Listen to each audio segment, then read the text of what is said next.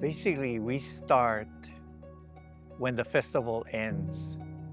We try to have the king and queen ready by July. So at the end of Merrie Monarch, we already have prospects, and then yes, we select them by July, and then by September we start scheduling fitting, photo shoot, for the king and queen for the booklet. I was cooking in our cafe up in Kaumana in the middle of the lunch rush, and one of the girls in the front had said, "There's a man and lady standing at the counter and they're not going to leave and they're waiting for you to come, so you need to come talk to them right now." And I walked up to the counter and Auntie Luana was there, and she basically said, "Do you remember me?" And I said, "Yes, Auntie. Yes, I remember you." And I gave them a hug and a kiss and said hello, and then she's like, "I need your help." And I said, "Okay. You want me to do the dishes? You want me to run errands for you? You want me to sweep the floors?"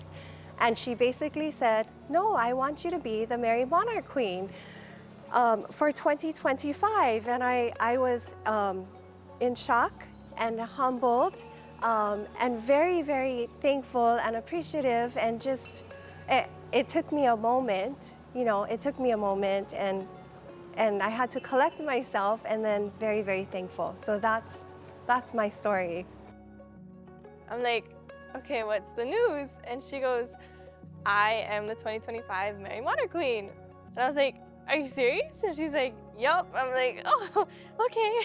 And I'm like, "Why are you telling me this?" And she's like, "I want you to be my lady in waiting." And I was like, "Oh, okay." So yeah, that's the story. When Gina Gomes was queen, Saturday morning when she came, I would try them on. Oh, okay, fit to go. So then I didn't go parade. I stayed back. I sewed the sleeves on. This guy is awesome. And then she came back. We fit them on. Just before going out, we never have zip. Okay. So we sew her in the gown. We sewed her in the gown. She went out, everything. Came back, and when we finished, we had to cut all the strings and take all the... It's amazing. It was crazy. And now it's a blouse. He sews all the gowns, but I do a little bit, but then I learn how to repair. I learn Yeah. I learned She how can she can alter real Alter. quick on the spot.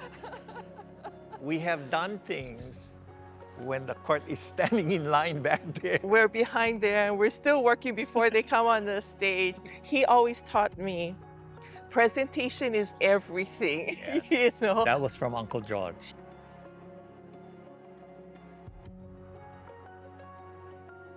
We learned about Kalakaʻa's attire and his tuxedo, what he wore at certain events. And so we presented that to Auntie Dot, and we took the history to her, and she goes, "Okay, as long as it's in history." Yeah. And that's why on Saturday, we elevate the court, to make it grand.